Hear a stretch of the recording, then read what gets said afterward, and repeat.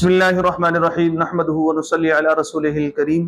ایک نام کے متعلق سوال ہے کہ آریان نام رکھنا کیسا ہے؟ آریان تو آریان یہ اردو، عربی اور فارسی لغات کے اندر اس کا کوئی خاص مطلب نہیں ہے۔ اس سے قریب جو ہے نا دو تین جو الفاظ ہیں۔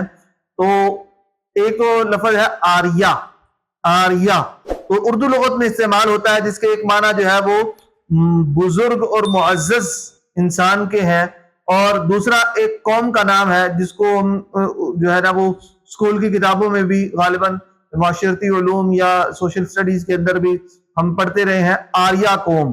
آریہ قوم تو آریائی قومیں یا آریہ قوم، تو یہ ایک قوم کا نام بھی ہے۔ تو اس سے ملتا جلتا ایک لفظ ہے آرین۔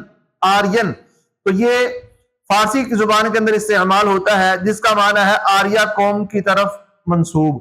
لہذا آریان کوئی لفظ نہیں ہے، اس لیے یہ آریان نام رکھنا درست نہیں ہے۔ آریان نام رکھنا درست نہیں ہے۔ آریہ اگر کسی نے نام رکھا تو یہ اس کا ایک معنی بزرگ اور معزز انسان کے ہیں، اور دوسرا آریہ قوم کی طرف بھی، مطلب کہ آریہ قومیں بھی یہ گزری ہیں تو اس کی طرف بھی جا سکتا ہے معنی اس کا۔